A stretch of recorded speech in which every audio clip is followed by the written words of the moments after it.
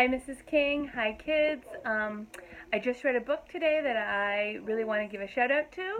I'm hoping Mrs. King will shout out as well today because we found out a little while ago that we actually read the same book at the same time and finished it at the same time today. And that book is Pennies. And I really, really hope people are going to read this book. Excellent, excellent story. Little girl named Marin who actually was abandoned by her mother when she was 4 years old.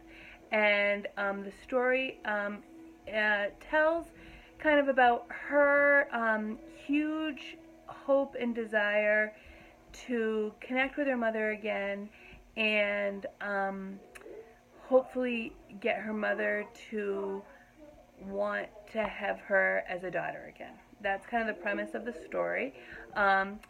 Marin is living at the beginning of the story in a home for kids who are in the foster care system, and then she is actually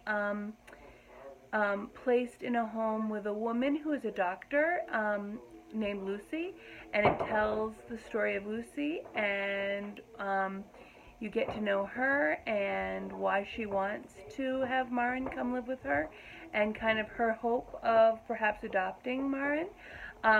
Excellent and beautiful story, kind of about what family is, and there's also a little bit of a mystery kind of to figure out who Marin's mother is and if she'll be able to do that.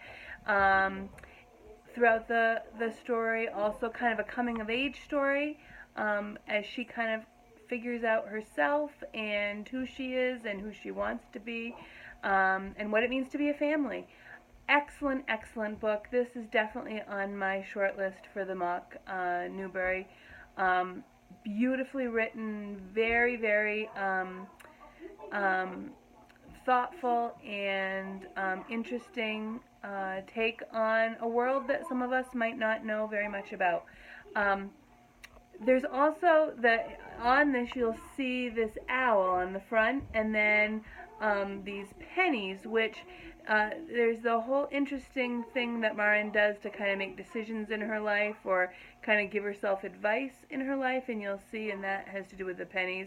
And then Marin is a little girl with the black hair and the other eye of the owl.